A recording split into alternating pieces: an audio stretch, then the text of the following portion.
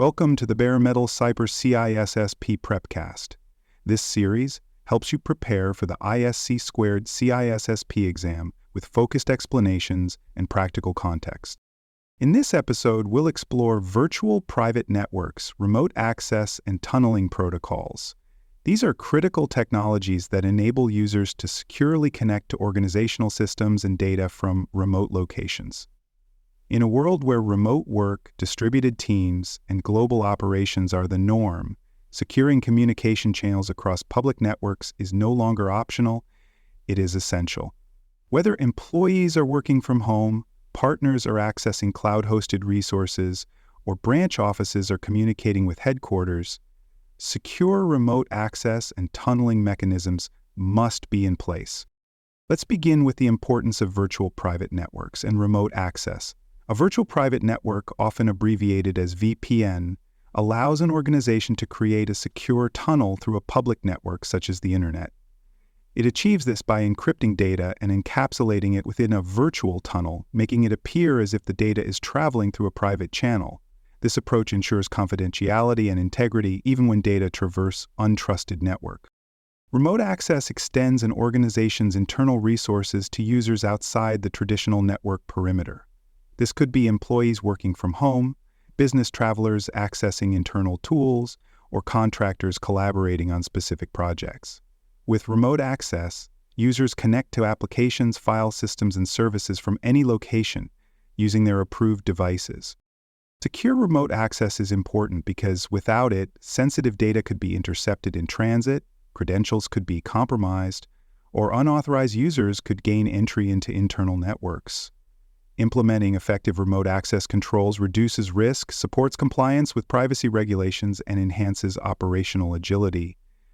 Understanding these mechanisms helps you design secure, resilient, and scalable environments that support modern business needs. Now let's examine the types and technologies behind virtual private networks. Two common VPN types are remote access virtual private networks and site-to-site virtual private networks. Remote access virtual private networks are designed for individual users who connect to the organization's internal network from outside locations. These connections are often initiated through a software client installed on the user's device. Once authenticated, the client establishes a secure tunnel to the organization's VPN server, allowing access to internal systems and data as if the user were physically on the network. Site-to-site virtual private networks, on the other hand, connect entire networks to each other. These are often used to link branch offices to a corporate headquarters or to connect separate data centers. The connection is established between VPN gateways, typically routers or firewalls, that encrypt and decrypt data traffic between the sites. Both types of VPN rely on encryption, authentication, and tunneling protocols to ensure secure communications. Some of the most widely used protocols include IPsec, Secure Sockets Layer or Transport Layer Security, OpenVPN, and WireGuard. IPsec operates at the network layer and is commonly used for both remote and site-to-site connections. Secure Sockets Layer and Transport Layer Security operate at the transport layer and are often used for web-based remote access VPN portals. OpenVP and WireGuard are newer open-source solutions, praised for their flexibility, speed, and strong encryption. When properly implemented, these technologies protect against common threats such as packet sniffing, man-in-the-middle attacks, and session hijacking. They also help organizations meet regulatory standards that require encrypted communications and controlled access. Let's now take a closer look at the security fundamentals behind remote access. Secure remote access is not just about the tunnel itself, it's about validating who the user is, ensuring the integrity of the device being used, and controlling what resources can be accessed once the connection is established. This process begins with strong user authentication. Multi-factor authentication should be a default requirement for all remote access. This means users must provide at least two forms of identification, such as a password and a one-time code from an authenticator app. Device validation is equally important. Organizations should implement policies to verify that only approved and secure devices can connect. Endpoint security tools can be used to check the health of a device, ensuring it has up-to-date antivirus software, proper patch levels, and secure configurations before access is granted. VPN concentrators, and secure gateways manage and enforce these access controls. They act as the entry point for all remote connections, applying policies, verifying credentials, and establishing encrypted tunnels. These devices or services must themselves be securely configured, regularly updated, and closely monitored. Monitoring and logging remote access sessions is essential. By analyzing access logs, organizations can detect anomalies such as unusual login times, unfamiliar geographic locations, or unexpected resource usage. These insights help in early detection of compromised accounts or insider threats. For more cyber content and books, please visit cyberbooks.me. You'll find bestseller books, training tools, and resources tailored specifically for cybersecurity professionals. You can also explore additional CISSP podcast episodes and study support at baremetalcyber.com.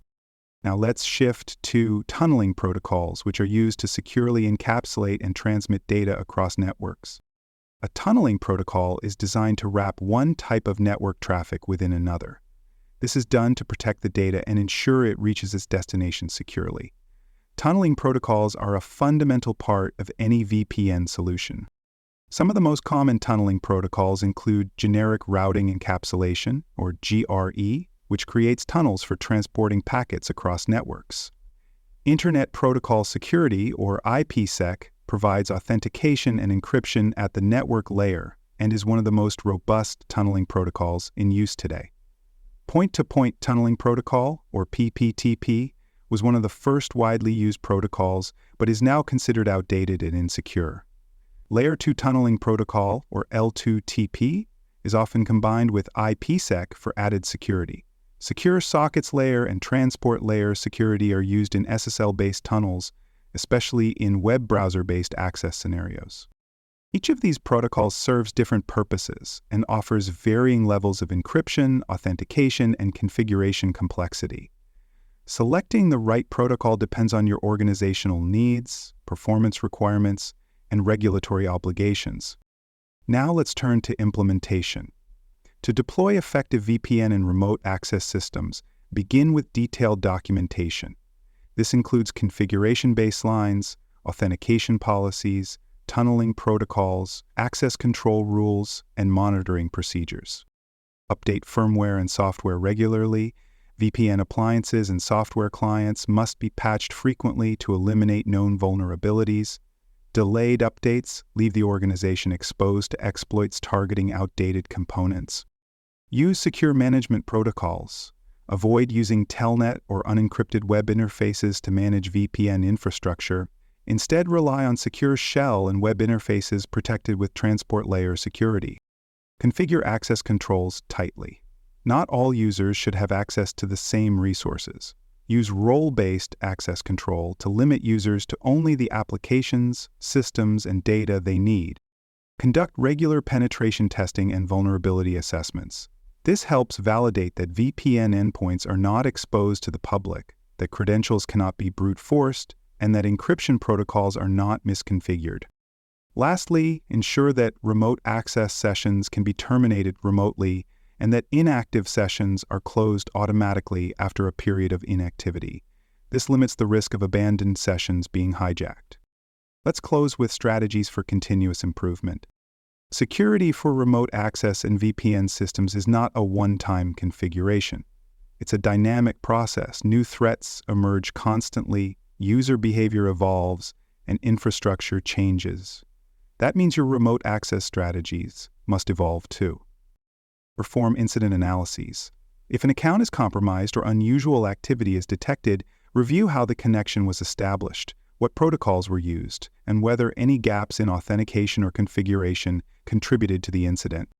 Audit your systems. Make sure VPN logs are complete, that encryption is current, and that devices connecting remotely meet organizational standards. Collaborate across teams. Network engineers, application owners, and cybersecurity professionals must work together to design secure access pathways and respond to alerts. Train users. Most breaches begin with a user mistake. Teach employees about VPN best practices. the importance of multi-factor authentication, and how to recognize phishing attempts that could lead to credential theft. Update your policies and procedures.